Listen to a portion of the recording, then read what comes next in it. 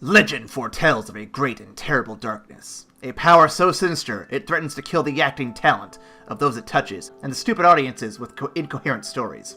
We seek you, as a member of our online WoW guild, to assist us in sussing out this evil. Simply lend us your energy and your money to patreon.com/evacstation. For less than the cost of pool maintenance, you can help us fight off the Shyamalizing and save talent of the many actors it tries to claim. Again, that's patreon.com/evacstation, and I really don't know what happens next. Let's do it together, yeah. I think that'd be good. Hey, lady of the lake. Come out here, lady. Now that's just gonna scare her away. What's up with the creepy voice, Murdon? It's my regular voice. Hey, lady. That's like saying don't come, Murdon. Yeah, I'm a stalker. Oh wait, yeah, something's happening.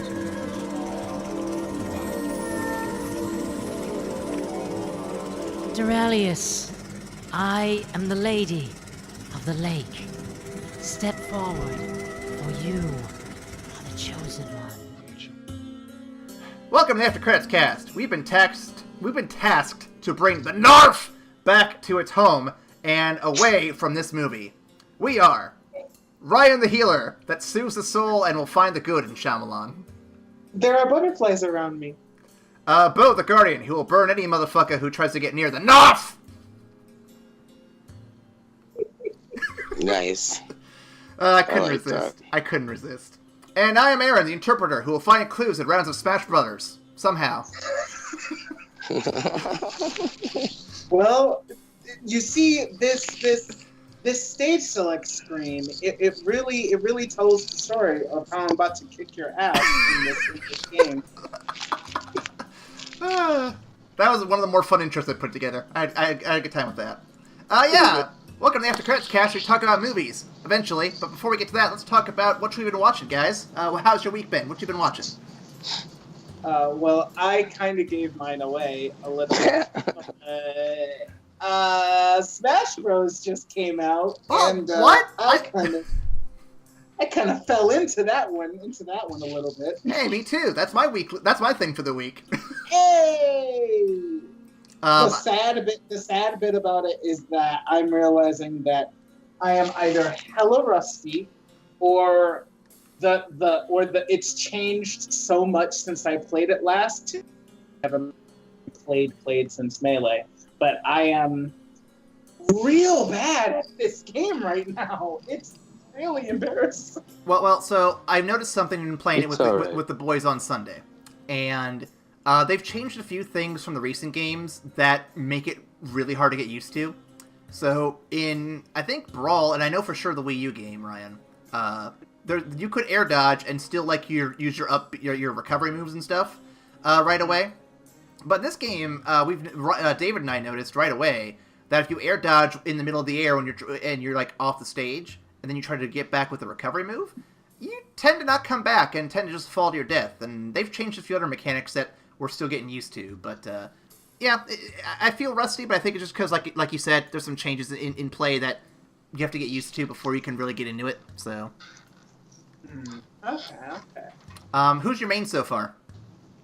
Wait. We should probably explain real quick. For those who do not know what Smash Brothers is, because I'm sure there's someone in the audience who's here for movies, not video games. It is a fighting game for the Nintendo consoles, and the newest one just came out recently. So, with that in mind, Ryan, who's your main fighter? I like fast in-your-face beat-em-up characters. So until I got my old Melee main of Sheik, but I'm realizing I'm not as amazing with her. I'm trying to wait for my boy Cloud or Hero Suit Samus to really start wrecking folk. But right now I'm switching between Sheik and the Mii Brawler class. Fair enough. I remember when we talked about M. Night Shyamalan movies. That was the longest conversation about things we're watching. It's not even Oh, I guess it is. You're watching it, but Jesus Christ, guys. Well, hey, we're excited. We're excited. Stay tuned for after credits where we talk about Super Smash Brothers. I really want to do a podcast on Smash Brothers. Oh my God, we should do like we should an after credits tournament, and we all just play like online and live though. Yeah, live. Do it live. If I had good internet, I would totally be down for that. You could totally like talk shit the entire time. Well, hey guys, did you care what I was watching this week at all? Or was Smash Bros? Let me just chime in my 2 cents on Smash, and then I'll turn to you. How about that? Holy fuck! No, go for it. It's 2 seconds. You're the host. Go for 2 seconds. It won't be 2 seconds. It will be. Well, not exactly, but whatever. So, my main, Ryan, has been Villager from the Wii U game, and he is still pretty good in this. You're a horrible person. He's still good in this game, but dude, Isabelle, the kind of copy of Villager, she's evil. I fucking love that character. Oh Christ, dude, this is she fights. This is you and Aaron. This is you and Evan in the kitchen all over again. A little Aaron, bit. Shut the fuck up. A little Let's bit. move on from a different. Ryan, just so you know, when me and Aaron worked in the kitchen together, we had a very, very good friend of ours who is going to change the world eventually. He works for Amazon. These two would get in these like conversations about the just geekiest shit and would talk about it for hours on end and would purposely try to annoy every kitchen and completely troll every single one of us into just getting completely annoyed about their conversation. And that's exactly what the fuck is going on right now. Not exactly. No, exactly. It is. I'd be cooking breakfast, flipping eggs, and you would just have to yell at them. Guys, shut up. Well, but anyway, what I was watching this week, on a completely different note, in A Secret Life, the movie, I would love to be. Oh, Baby Driver was so good. Well, I watched that movie a ton of times, right? And that's just like my dream. I just want to be able to crazy as can be. But on Amazon Prime, I'm gonna totally chop the name of this, but the Gangnam Files, Ken Driver, he does these crazy videos where they shut like the city of LA down for whatever, and they shoot these crazy rally car shots. He's drifting through underneath a lowrider car with a hydraulic, so it's bouncing up and down, and it's around it, and all kinds of crazy stunts like that. And they have all 10 of them in documentary form on Amazon Prime. And if crazy car stunts, this is an absolute must-watch. Nice. Yeah, and then there's a special edition where he's featured on Super Smash. But y'all noobs don't know about that shit. Oh, Ryan, I'll buy it. I almost forgot though. Ryan, did you see the DLC announcement they said like 2 days ago? What's the DLC? Joker from Persona 5. No! Dude, I know you love that. I came in my pants the minute I saw that. I'm like, fuck yeah, bring on Persona. Let's do it. Actually, there's rumors that Persona 5 might even come to the Switch after the character gets released, which I'm like, I'd be down to rebuy that game and play it again on the go. That'd be fucking great. Speaking of the Switch, I got that from my kids for Christmas this year. Dude, they're gonna love it. It's good shit. Yeah, I have a hard time not wanting to plug it in, like when they go to bed and playing it. So explain to me the two. There's a blue and red controller that come with it, correct? Yep. Well, I got the one with the all black, but yeah. But basically, so Ivan and Sophia should be able to use.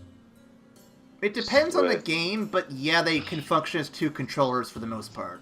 I know they do for Mario Kart and for Pokemon Let's Go. I don't know about other ones though. So also for Super Smash Bros. Hey. Oh yeah, they do. Hey, this podcast brought to you by Super Smash Bros. Oh, dude, I wish. That money would be great. If Nintendo ever wanted to sponsor us, we would be so down. Even just Sakurai. Sakurai, come on. Sponsor us here, man. In order to make it a console, you got to take both controllers to the screen thingy to make it like one console. Is that correct? No. So you could put the screen in the dock and keep the controllers in your hands, and it works perfectly fine still. Cool. But do you need both controllers to make it the on-the-go console to like? Oh, you mean like when you want to go mobile? Like on the go. I think you do. Yes. Yeah. And then. I mean, you might be able to use the Pro controller, but it's probably more comfortable to have those docked in the side, the Joy-Cons docked in it. Yeah. Yeah, seemingly. And then when you do go mobile, is it the cartridge of the game or is it because it's downloaded to the console? It downloads to the hand when you. No, it's just the cartridge is it's pretty much in the screen. So. Yep. Oh, I gotcha. So when you put the cartridge, put it into the handheld also. Yeah. Yeah. Gotcha. And then the dock more or less acts like a periphery to project what's on the dock or on your screen, little screen into the big screen. Basically, that's basically what it is. And then it also operates just like an internet browser too, right? Not 100%. They stripped a lot of the features from older consoles. You have YouTube. I think they're adding Hulu if it isn't already on there. And there's like a rudimentary web browser that's just for like Nintendo-focused stuff, but there's no other stuff beyond that I know of. Oh, that's cool. Just the YouTube stuff will work. Yeah. I think they cross-reference a lot of the games they play. Yeah, I think they did that because you could upload your clips to YouTube, or they should be able to now, I think. Oh, that makes sense. You upload, and also it seems like it'd be a good like reference point to check out. So look up walkthroughs and whatnot.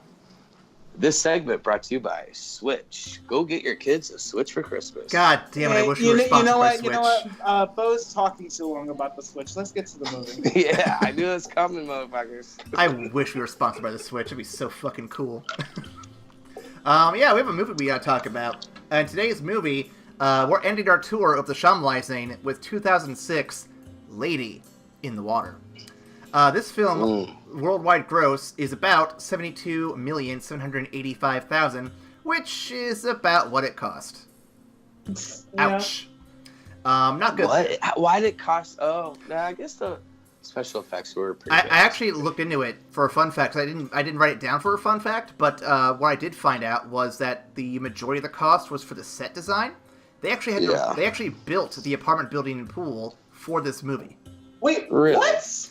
Now, I don't think it's a full-fledged apartment complex, but they built the entire set for this movie. Well, shit! Could they just not find a suitable apartment set? I guess not. What it was, if you think about the scene, like, to the apartments, and the apartments looked very LA-like, and I kind of like wondered if this was shot not in a blue or green screen style, but I was curious, like, how they de-urbanized this apartment complex. Because the Sally looks very Southern California, and then everything outside of it, it almost seems like it's in the same forest as the village. It's like well, fun fact, this movie, the movie is actually supposed to be in where pretty much all of Shyamalan's films take place. So. Yeah, and it just felt very de-urbanized, you know? Yeah. The cast includes Jeffrey Wright, Bob Balaban, Sarita Chaudhry, Bryce Dallas Howard, Paul the Rhino Giamatti, and the man of the hour himself, M. Night Shyamalan. Yep.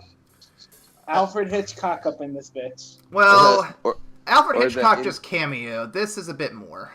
Yeah, no, he actually plays a role. This is more of a Quentin Tarantino of the Indian directors. Yeah. I didn't like how it played out, but we'll talk about that. Anyway, the film has won a total of 10 awards. This includes the IFMCA awards for Best Film Score, Best Original Score, and Best Music or Film Composition of the Year. Not bad. Oh. It also includes Razzies for Worst Supporting Actor and Worst Director, both won by Shyamalan himself. Oh my god. along with a couple of, quote, The Stinkers Bad Movie Awards for Worst Supporting Actress, Most Annoying Fake Accent, and Least Scary Horror Movie. Oh, I don't feel like it was a horror movie. I think it was tagged as such, but yeah, I didn't really get a horror vibe from it. Not really.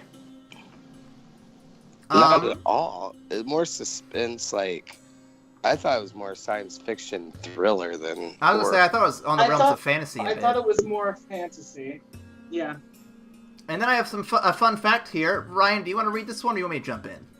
Yeah. Let me read these, because I love these fun facts. They always make me laugh. All right. Well, according to the book, The Man Who Heard Voices, or How on a Fairy Tale, one of the reasons why Shyamalan decided to part with Disney was because of Disney's president of development, Nixon, took her son to a party instead of staying home to read the script for Lady in the Water.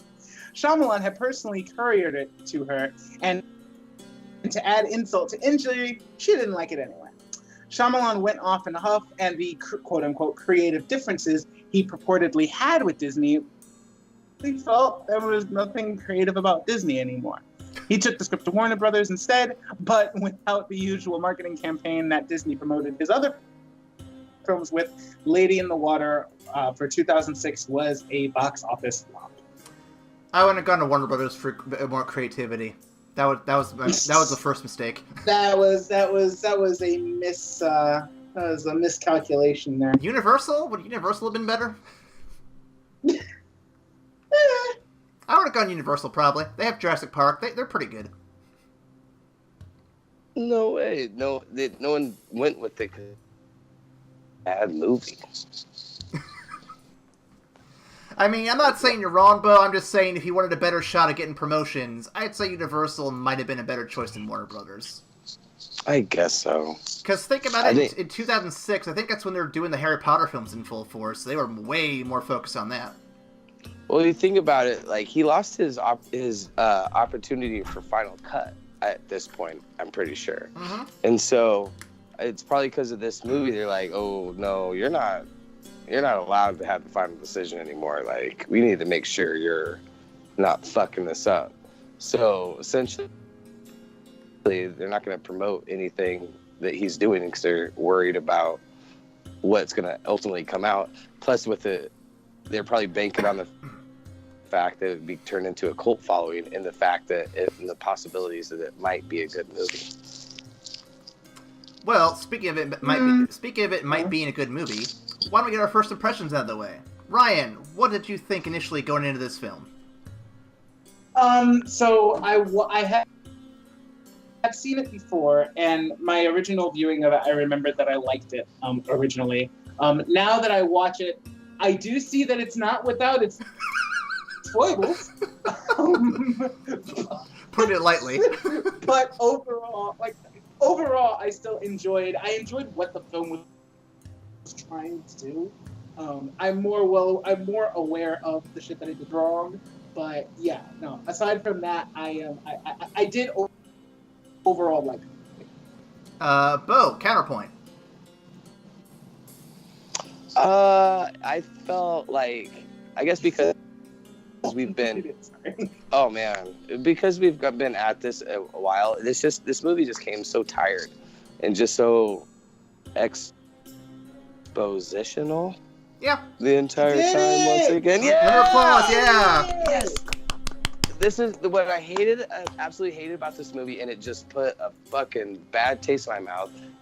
Tells you the entire movie in the first 30 seconds. Yeah, that's a bit of a... When you're a director, you are a damn storyteller.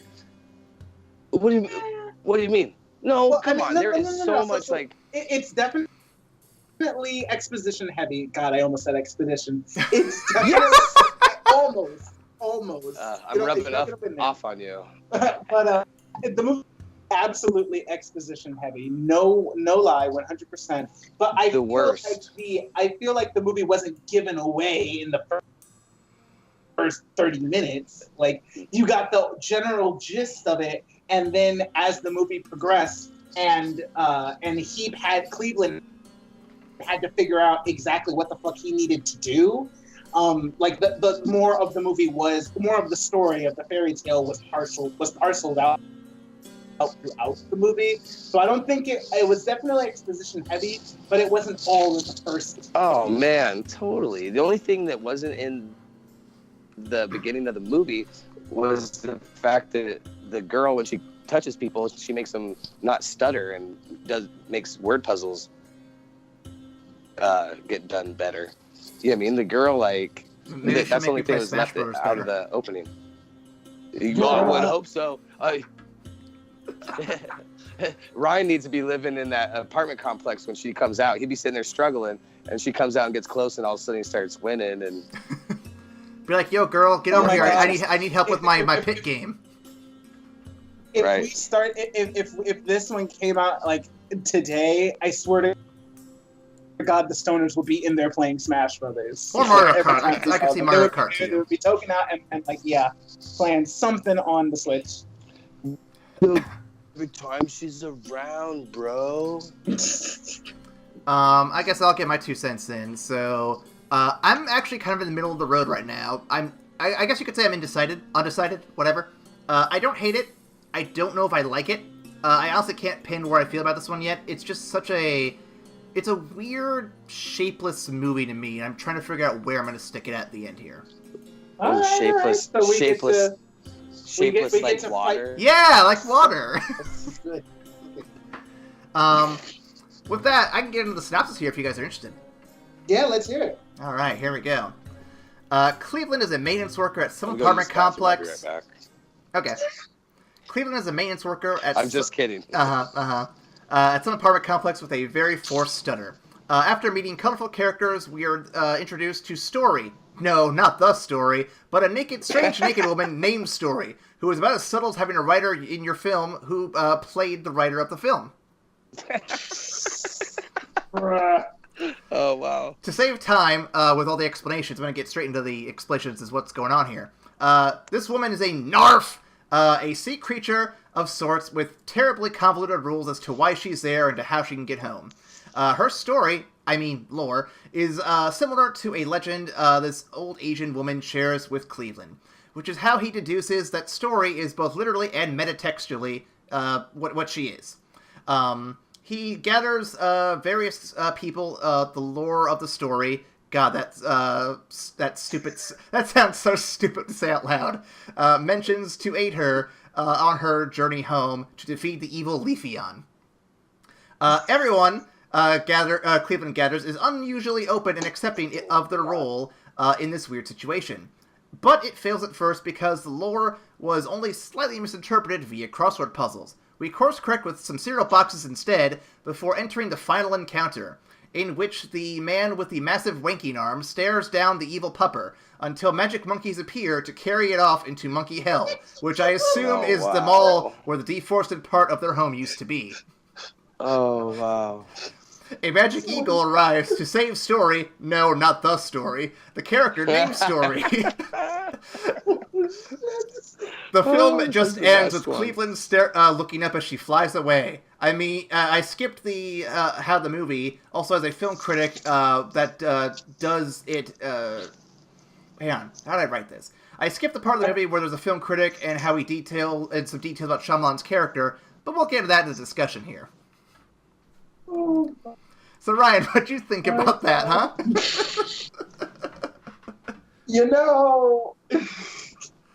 Hearing you lay out the actual plot. Yes, okay, the overall plot of this is pretty dumb. It's pretty dumb. I can't. Oh man, that was the best out of all the podcasts I've done, which I'm getting up there as far as ones I've done with you guys. Indeed, that was the best synopsis of all time.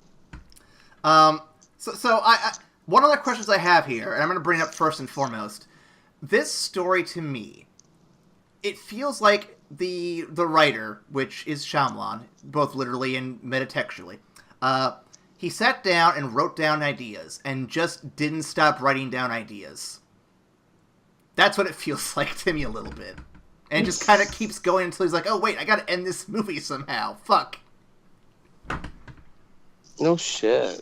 That's exactly how it came off of. And like, I'm not trying to diss any individual idea, but it reminds me of like when you ask a kid to tell you a story, and they're like going on and on with their little story, and it's like, okay, you got to wrap this up at some time, kid, because like I got to go make dinner for you here soon. Yeah, exactly. Oh my God, that as someone with kids that can relate to that, that's exactly how this movie fucking felt, man.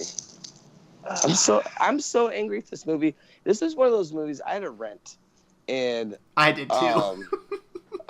So I started this segment in the last podcast. What I was doing when I was watching this, I fell asleep in the first time I watched this. Once again, at least this time, Elisa wasn't sitting next to me, so I had to spend another $3 goddamn to re-rent it to watch it all over again, and I was so pissed. It was one of those moments like, you know, you're sitting there, like, you start kind of shaking a little bit, and you're just, you know, start rocking back and forth, and then I stand apart. What? Like, why do I do this for this guy? I do this movie as shit. I'm watching this movie again. I was so angry at watching this movie, man. And I hope you know how good of a friend, and I'm so glad to have Ryan as a new friend through podcast relationship matchmaking. And the reason why I did this movie and I didn't bail out on it is because I love you guys. It's been great. This movie fucking sucked. We love you too, man. You're the best. Actually, this movie sucked.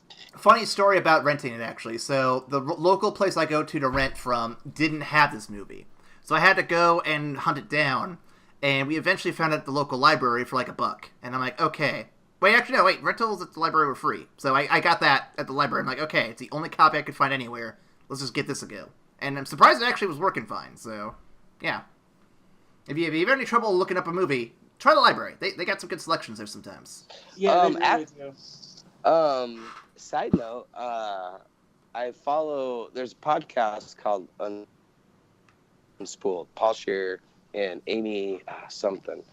She's a movie critic, but they break down AFI's top 100 movie list. And it's really, really good. But what's really fun is the Facebook group that has been developed because of the podcast is really connected, and it's a really awesome like geek culture as far as movie goes. And they really like break down. I said that word a whole lot in the last couple sentences. Excuse me. Say it again. For real. Just kidding.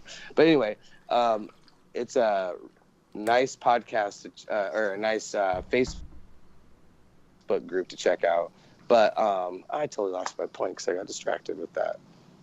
We'll have to come back to that, guys. My bad. I hope all of our listeners aren't disappointed in my, once again, losing my train of thought. Well, let me get us back on these tracks then. Ryan, so now you've heard our thoughts on the plot. Where do you fall on this one? Man, this is gonna be harder than I envisioned. That's what she said. I actually liked the movie. What? So I for real actually enjoyed watching the movie. I did. It's primarily because I got into like the overall subtext of the movie rather than focusing on the specific stupid ass plot points of the movie. Overall, the story to me is normal people in life who desperately want to believe in something, who desperately want to that childhood belief of fairy tales and that there's actually magic in the world. And the fact that this nymph, this sea creature, shows up to inspire somebody that's gonna write a book that will change the world after his death, and just everybody wanting to come together to really believe in something and see that there's magic left in the world. That overall narrative to me was what I really dug about it. And so I liked seeing the various parts of the fairy tale be played out by normal people. Because while it seems pretty goofy, at the end of the day, it's normal people trying their damnedest to believe in. And that saved it for me. That's fair, but I have a problem. I'm being super generous. No, I know. Right. But I wish that's what that movie was. That would have been an awesome movie. Well, see, so I have a problem with a specific thing, Ryan. I want to hear your thoughts on this. So, this film is very obviously trying to be metatextual. For those who are wondering what I'm talking about, look at Deadpool. A lot of meta, a lot of like referencing that this is a film and all the constructions of the film. But no, this movie is definitely fully aware of what it is, to the point where you have a character named Story. You have the writer of the film, also a writer in the movie, and his work will save the world. And I'm like, okay. And the story actually inspires the writer rather than. Mm-hmm. I understand. And I'm sorry, but I feel like for as much as I want to give this movie credit, I feel like Shyamalan's up his own asshole. Oh, big time! This is the most like confused. And I didn't even get. I didn't even get to the part with the critic either. No, what the critic is bashed on a couple movies before this, right? And so basically, this was his like inside joke to kill him off, like all critics out there. Yeah, and so like and so basically a bunch of movie critics got super pissed off that like here this director just killed off a movie critic, and the way it was done was still done so horrible, and it was more or less just like a joke, but these film critics just freaked out. It was a bad joke too. Yeah, it did not make sense, and it was so forced. Like, this seemed like he was like on Ambien or something. It wasn't like a coke-riddled movie. It was more of like a prescription drug, Xanax-y sort of like this fever dream type of movie. This is the part of the podcast where Ryan will now defend the thing we just said, and we will try to have a change of heart, but only with the power of love can Ryan make that happen. This segment brought to you by Super Smash Bros., where Ryan defends the shitty movie. Oh my god. Oh, Aaron, this is where Aaron plays the part of the horrible fucking critic. That just my train of thought for a fucking loop. God damn it. Damn it. This is really hard because you're bringing up points that I can't refute. And it's different from like when we had our discussion about The Village and you're like, well, what about this thing? And I was like, no, actually that means this. And I actually had things to refute. But I think what happened for me in this movie is I was so kind of just wanting to believe that it was a good movie that I completely didn't really think about like how metaphorically how much Shyamalan was kind of jerking himself off in this movie. And I can't really refute that because it rings true when you bring attention to it, especially when you think of the fact that the movie critic died because the critic thought they knew where the movie was going to go. Mm-hmm. And just like made assumptions that, well, obviously this is going to happen and this is going to happen because there's no originality left in the world. And so since this movie hasn't had any swearing or nudity or gratuitous violence, the unlikable side character isn't going to actually die, but he's going to narrowly escape, and he might even have a likable moment with to make you feel good about him surviving. And then he just gets fucking eaten. I was glad when he died. I was so glad when he died too. I really was. I think it's for different reasons though. Really? Okay, so my reason was that it really felt like comeuppance, and I loved, he was so cocksure of himself that he knew what the fuck the movie was about. Despite the fact that he's a character in the fucking movie and he looks at life like it's a movie, so he just knows what the fuck happen. And him getting his comeuppance and getting proven wrong was satisfying in the narrative sense. Why did you like it? I liked it because it was cathartic to see a character I didn't like get murdered. Yeah, there's that too. Those things are not mutually exclusive. Indeed. Because I hated his ass. I was glad he got chewed up. And here's the thing. By the Leafeon. Here's the thing, though. I didn't hate him until that scene. Up until then, I'm like, oh, he's just the guy at the apartment complex. No big deal. But when that scene happened, I'm like, God, this guy's fucking insufferable. Where's the kid that raps? I miss that kid. Like, well, the actor himself has always played. He's one of those, backup actors. He's in the back. He's done the same character in hundreds of different movies, and it's always like annoying and little bitty and bitey about stuff.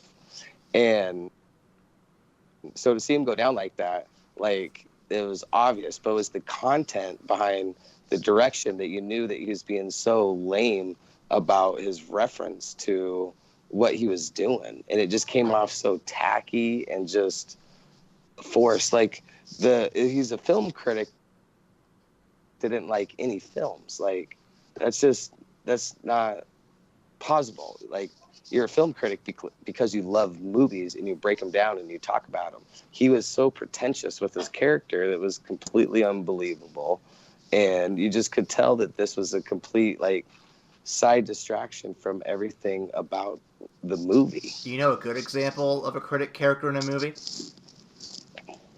What, Aaron? Fucking the critic from Ratatouille. Oh, fuck that movie, dude. Is there do I lose major cool points, but I have not seen it. It's a good movie. Oh, it's not kitchen. Pixar's best. Rats in the kitchen. Yeah, no, Rats as in the the fucking kitchen. chef, yeah, I can understand you have a horrible feeling about my God. So there's a scene where they try to justify the movie or justify the fact that rats come in the kitchen. Not spoiler alert, sorry Ryan, not worth seeing this movie. Whoa. But it's a rat who pulls on some dude's hair and makes him cook this good food. Well, at the end they need to bail him out, so herds of rats come into this French kitchen and go through a dishwasher to sterilize them because they've been walking on the streets of Paris their entire lives and prepare this amazing Hell's Kitchen dinner service for this one critic. It is absolutely disgusting. Oh my God. I hate that movie. In all fairness, Bo, hate that movie. In all fairness, that's probably how a real kitchen operates in France anyway. Oh my God. Burn. That was good. Hashtag France bodied.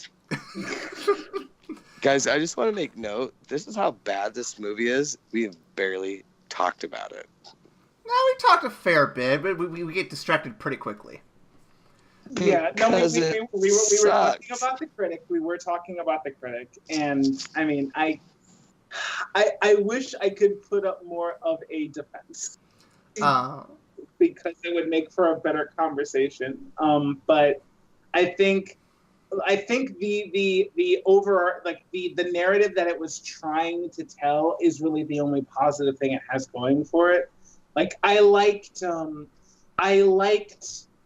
Story's rendition on how the writer will change things, and I like that the writer's character that there was more to it, and that he was going to be killed in order to spark the change. I genuinely liked that bit of the storyline, because I thought it was inspiring. Not only that this guy had those kinds of thoughts, but that the knowledge that he was going to die to put those thoughts and give those thoughts meaning and charge in the world. He didn't flinch from it. He's just that's what's going to happen, and I am okay with giving my life to inspire change in the world. I really like that. I had a bit of a problem, though. I had a bit of a problem with Shyamalan's acting, and there's a very key moment for me where he's talking to the Rhino in the in his little his house, basically the super's place. He comes over for the first time to meet Narf, and Narf, and when he's there and they're talking, Shyamalan is purposely facing away from the camera. And I don't know if you guys know anything about Film 101, but typically you don't want to have your actors facing away from the camera for any reason. And I feel like the only reason they did that is because he was not confident with his delivery in that scene. He's like, yeah, no, I'm just going to look away and talk to you, and we're just going to leave it at that. Yeah, he's not the greatest actor. He's not, no.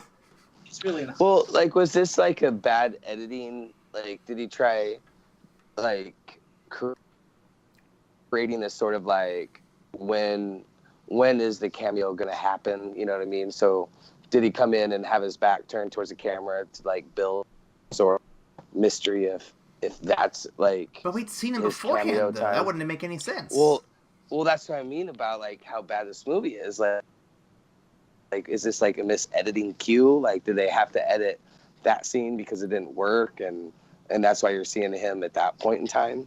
It was very just confusing and convoluted. It could have been a good story because it was intriguing and had like certain elements, but like all of his movies, and we just got done talking about Jesus, we just watched it. Yeah, The Visit. It was like two different movies. This movie came off even more so as two different things going on. I wouldn't even say that. Really... I would say it's literally just they kept adding new ideas to it, and they couldn't settle on which ones were important enough. So they're just like, let's just keep rolling with it. Keep going. Come on, keep going. Yeah. Like the different story elements do feel a bit not a bit. They are disjointed.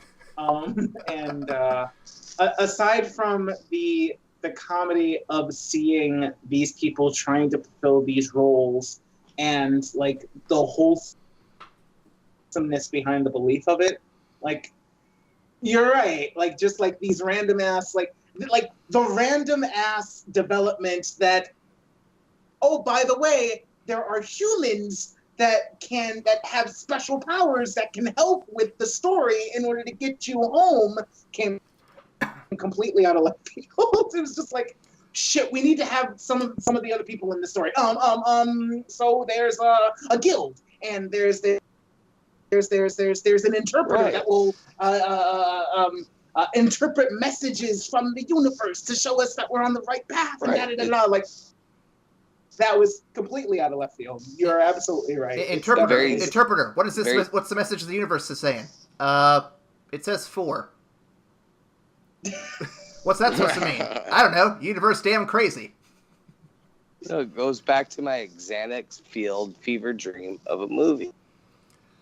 It was just, there had been so much going on like behind the scenes on this movie that it just completely like messed it up. You know what might have made this movie more interesting? And hopefully like this will be one of it wasn't made. No. So keeping the film intact, I think one thing that could have made it very fucking interesting. So this movie is a really, like you said, it's a weird fever Xanax dream kind of thing. It's just so bizarre and confusing and weird. You need someone who's going to be able to tap into that bizarre weirdness. And you know who would really tap into that in a level that almost no other actor could? Fucking Nick Cage. Ooh. What the wow. Bruh. Dude, if Nick Cage is here, this would get so much more surreal and fucking crazy. Oh you're right though. You would have to. They would at that point have to commit into the full fever dream of a movie that this is, and they would have to like understand that like, hey, this is like a disaster. Let's just fucking go balls in and make this movie a disaster. Bring in Nick Cage and up the ante a bit and make that shit happen. That would be one way to do it. It would have made the movie 1,000 times better. I can't say it would make it better, but it would definitely double down the crazy enough where it might have been more interesting. It would make it worse by that fact, by making it better. I'm a big sucker for like the so bad it's good B movies. Like I love Yeah, I love those so bad it's good movies. And like, if Nick Cage starred in this movie, it would be talked about on. Oh, it would be up there with his podcasts reaction about bad videos. It's movies. so fucking crazy. Oh my god, it'd be awesome, man. I wish Nick Cage was in this movie because then I would have at least had an opportunity to enjoy it for a little bit. Oh man, now I'm gonna go watch Face Off. It put me in a good mood. Oh my god, Face Off. Oh, Glimmer Man, what are you talking about? No, that's not Glimmer Man. What I just watched, The Numbers. The Numbers is in. I also heard his newest movie, Mandy's, really good. I have to check that out soon. Like, as good as in that, or is like it like good? They say like it's the most fucking ridiculous thing he's done so far. Oh really? Oh my god. I can't wait to see it. From what I've been told, it's basically John Wick, but more drugs and more violence. Yes! Oh, I love it so much. And not to forget the Community reference to Abed's impression. Oh, that was a good episode. Nick Cage. We're getting so deep in the Nick Cage rabbit hole, we probably should bit back out. Guys. That's, once again, another example of why this movie sucked. We haven't talked about it at all. Aaron, hit us with some discussion questions. I've hit it with a few. Get us on track. I've hit us with a few. Come on, Mr. Host, get us on track. We've kind of done a few. I have one more. I have one more that can kind of help wrap things up and move us along here. So the film just kind of ends in a really strange spot with no real wrap-up. Just Story gets away from everybody, and the movie kind of fades to black with the rhino looking up at the sky watching his girl go away. Does this ending satisfy you? Does this give closure, or do you think that there should have been more to it? I mean, so the entire amount of the story was these people coming together to get Story back home. I personally want to say that ending shot, seeing the reflection of Story get picked up by this gigantic in the water, I thought that was really well done. I personally really liked that shot.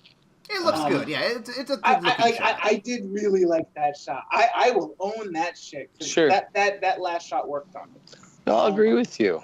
But aside from the smaller stories of the tenants, primarily the writer and Cleveland, like their stories were kind of tied up in the completion of Story's story. Sorry. Doesn't it sound stupid to say out loud? It does. You know, I mean, the writer comes to grips with the fact that he's going to die in order for his thoughts to really be catalyzed in the minds and actually change people years down the road. Cleveland really opens up about the pain that he feels from the loss of his family, and putting that up just kind of it's very cathartic in that, and in releasing that pain, he was able to heal both himself and Story with these magical healer powers. But that's neither here nor there, because that served to tie up Mark as well. I want to add, the rest of it was just, okay, let's get this girl home. I want to add, it actually made sense. So I felt closure there.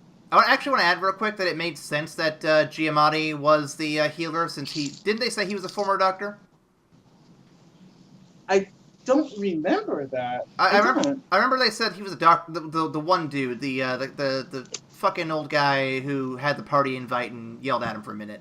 I don't remember his name, but I remember he said something about how you were a former doctor or something like that. And I thought, okay, so. Oh yeah. So I'm like that actually makes sense. You're the healer.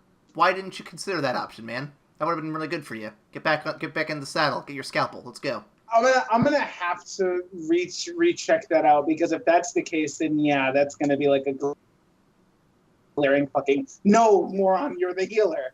Like I kind of liked the fact that the healer bit came out of nowhere for me, because it's just like this person his whole job is to go around and fix other people's problems, and in essence, he is like the healer for the apartment complex.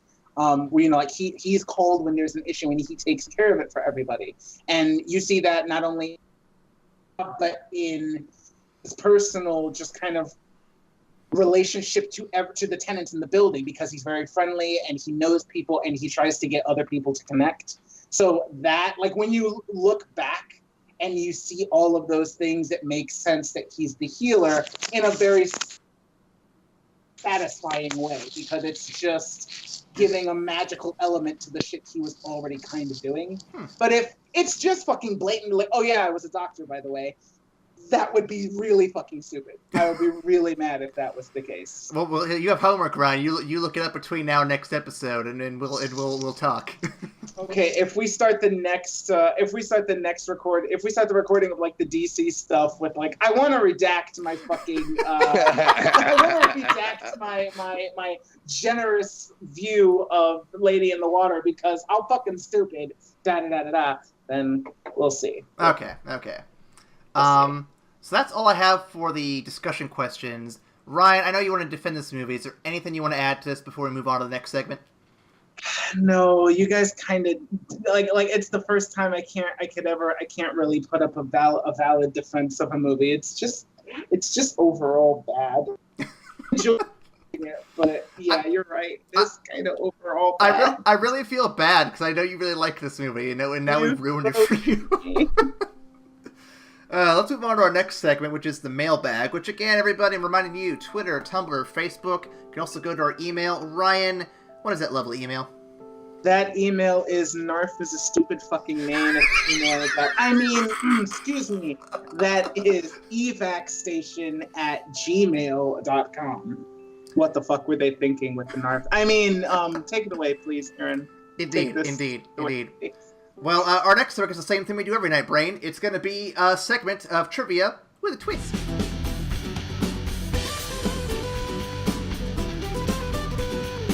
Yes, so we have more movie synopsises, and you're going to go ahead and guess what they are based off the twist I give you.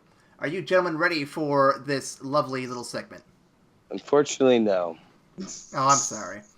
I know. This is going to be another horrible display of Actually, debauchery. Bo, I feel like you're going to get a couple of these. I have faith, man. I have faith in you. Well, I love you for that. All right, here we go. First one. In this film, the police let one of our main characters out of custody, but it turns out he was the legendary criminal the whole time. Fucking, Let me repeat it for Bo here. In Usual this... Suspects? Ah, damn it. Yep, you got it. Damn it. That's what I was thinking. God fucking... All right. Bo goes first to the next one. In this film, our final girl appears to get away, but is dragged into the lake. When she gets away, the police tell her there was no evidence of anyone else in the lake. What the hell is that? Lake Placid? That's not Lake Placid. Ryan, in for the steal? Evil versus Dead. Nope. No, Tuck and Dale versus Evil. Just spout out movie titles and hope that you get one. I don't think that I've seen this. Are you guys ready for the answer? Yeah. Friday Frozen. the 13th. Really? Which one? The first one. She's in a boat and appears to get away, but then Jason comes up and gets her. Yeah, sure. Damn. That was actually a decent, answerable question. Good job, Aaron. Your first good trivia question. Get ready for my next one, Bo. In this film, it was Earth all along. Planet of the Apes? That is correct. Yes! Oh, man. Now, what? The twist is Earth all along. Yeah. No, he maniacs! He finds the statue and realizes the whole thing was Earth all along. He sees the Statue of Liberty. You don't remember that? Oh my God. No, we watch those series of movies like every hangover day we have, every snow day. That's like our go-to, especially the second one. That's like our movie. These questions are you guys cheating? I think you guys are cheating. I came with these questions months ago. All right. You guys have that language, you have twin language where you've been doing this podcast for so long. You've picked up on Uh-oh, Ryan, he's on to us. I'll get there, guys. Right. I'll get there, guys. Just you wait. Maybe you know what? I'm going to do the trivia questions for the next one. How about that? You know what? I encourage it. I have 2 more here. This one's a newer one. In this film, the prime murder suspect is cleared when his not actually murdered wife returns home. Oh, and she framed him for it. Fucking ooh. Bo, you got this one? Fucking. I wish I did. I know it, but I. Gone Girl. Ding, ding, ding. I read the book. It was really good. That's Gone Girl. Good. I didn't read the book, but the movie's fantastic. The movie's great. The book is better. No, honest to God, the book is. Oh, I imagine it is. But Aaron, I would strongly recommend you get that a read. It's really fucking good. All right, this last one here. No, last one here. I think this is going to be too easy for one of you guys. In this film, our antagonist turns out to be a front for a botched science experiment turned terrorist hoax. Wait, I'm sorry, say it one more time? Yep, I'll slow down. In this film, our antagonist turns out to be a front for a botched science experiment turned terrorist hoax. Spy Kids 4. Nope, but it is a sequel. This turns out to be a front. Die Hard 3? Experiment. Yeah, you're getting closer. Turned terrorist hoax. Die Hard 2? Getting colder. Die Hard 4. Getting colder. Hard Botched Dying. Science experiment. Frankenstein's dead. Shit! Ryan, I think you've got it. Soul Plane. It's Soul Plane. Nope. Soul Plane? It's not Soul Plane? No. It's Iron Man 3. It's fucking Iron Man 3. Yep. The extremist guys, they kept getting blown up, so they blamed it on the Mandarin.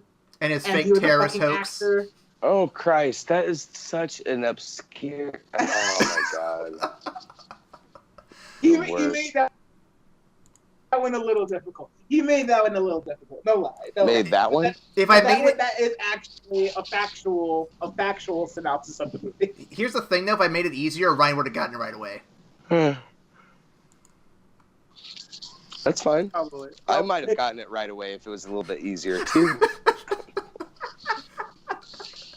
Well, that's all for the trivia this week. Ryan, you're doing really good with trivia this season. Yay! Yay! You needed a win, buddy, after how the last season went. I did, man. Last season, I was just getting shat on. Oh, really? Not great. Yeah, So Halloween trivia was not his forte. I'm your Rocky from Rocky 1. I gotcha. I'll be that guy. So that's all for trivia. Let's move on to our final segment, ranking the film from platinum to shit and all the colors in between, where we discuss what the film is going to be ranked at, and you can look at the description down below for a more detailed version of what each rank is and why we rank what it is. Don't leave comments down below saying that it's not this or that, because, guys, it's our opinion. Just live with it. Gentlemen, speaking of opinions, what are your opinions? What are we ranking this film at? I'm going to take a hard pass on this segment, guys. Oh, really? He doesn't even want to rank it. Oh, man. I know I'm a platinum whore. I like this movie. I hate a platinum. It is a platinum of shit is what this was. Through this whole series, we've gone through quite a roller coaster of good movies, bad movies, and in between movies. And this did not hit the mark when you compare it to all the other M. Night movies. So this is like dirt. In fact, this is below dirt. It's The Lady in the Water. Boom. Ooh. Ryan, where do you fall on this one? Or do you want me to go first? Well, I wanted to defend it, and I really couldn't. And I feel like you guys have changed my mind, and opened my eyes to because I still acknowledge the good that I see in the movie. I still like I still like the concept of like normal people really struggling to believe in something more, and that like there's actual magic in the world. I love that. I love Paul Giamatti's character, and I like that M. Night, that the writer actually was willing to die for his, like, all of those things. Everything on top of that, though, is pretty bad. So I'm going to go ahead and I'm actually going to give it a dirt ranking. I won't say it's Last Airbender bad, but sure. Bad. I'm going to fall in the same camp as Ryan, and it's not so much that I see the good in it like he does, but I do think there are glimmers and small moments in this film where you can actually see a good idea in place. It may not be executed well, and it may not be surrounded by good ideas on either side of it, but you can see there were good ideas here, bits and pieces, very small bits and pieces. And I think that this is a good example of George Lucasing, where Shyamalan got in the way of his own vision and made something just nonsensical and fucking weird. And I think if he'd had someone just slap his hands away from the writing desk and say, no, don't do that, change this and do that, this could have been a lot better. He needed an editor on this for sure. Where's the editor? To tell him no. Where's the magic editor? To tell him no. Like Knight, whatever the fuck his friends call him, because I'm sure they don't call him. I'd be like, Knight, stop. Just stop it. Shyamalan-sama. Yeah, that brings up a great question. What does he go by? Nighty? Yo, Nighty, what's up, man? Nighty, in all honesty, I'm pretty sure the people who actually know him like call him by his first name. But M. Night Shyamalan sounds better for like a stage name. It's like I've always said that if I was ever a novelist, and the joke behind it is I'm like really bad at grammar and stuff, that I would go by the pen name of B. Richard Ketchum, just because it sounds so fancy and pretentious. Yeah. I mean, I'm planning to go by AJ with Seska books, so I get that. Yeah, but that sounds pretentious. Watch his name be something simple like Matt. Oh my god, that would be so. He's like, I can't do this. You know what? No. I am M. That's the name. You know what? So people will know my like. So then when he just walks up and says, "Hey, I'm Matthew Shyamalan." You know what? Right. I'm Matt Shyamalan. You know what? Going forward from this point on, this show has made it canon. His real name is Matt. No way. Oh my god! No, I'm not gonna say it if it's true, but I am gonna look this up because now I just really need to know. If it is true, no, it's true. We win. If it's not true, we're gonna stick with it until we're proven wrong. So thank you for joining us on this season of Matt Night Shyamalan movies, and we will see you next week, because next week begins our next week we're doing Room, which will be coming out for you guys to tail end February, and then in March, the DC takeover begins. Oh boy! And by brightest day, by darkest night. Oh my god, sir, get off this podcast. You're going to see some damn fun films. Get off this podcast now. So, when you say DC, are you covering the Batman Begins trilogy, the Christopher Nolan? We decided that we're going to actually keep the Batman movies separate for now because they're kind of unique in a certain way. We're going to be doing... Because they're good movies. Yeah, well, is what you mean. Yeah, more or less. So Aaron actually had a really, really good idea for the DC stuff, and when I heard it, I thought it was, because everybody does the comparison of DC versus Marvel, and like, oh, Marvel's better, because Marvel's killing it in the movies. He decided that it would be better to compare their cinematic universe, which arguably is really, really except for pretty damn good movies, to their animated stuff, which has been knocking it out of the park pretty consistently. Mm-hmm. So we're going to be alternating and seeing one live action film and then comparing it to one of its animated part done in the past, showing, hey, DC, you actually can tell good stories if you just get your own head out of your ass. And interesting. Yeah. Well, I'd like to be involved in that as much as possible. Yep. It's a super cool idea. I can't wait to record that. Yep. Our first recording we're going to do is Aquaman, but that'll air way after everything else because our schedule's all kinds of fucked up. So that'll be fun. Pagliastro. Sorry, timing. I hear you. So thank you for joining us for Matt Night Shyamalan, and and tune in for for Room in DC because we're gonna have some fun stuff until we get to Marvel stuff. And oh boy, I'm excited for Marvel stuff. That's gonna be great. So we'll see you after the credits. Bye. See you guys.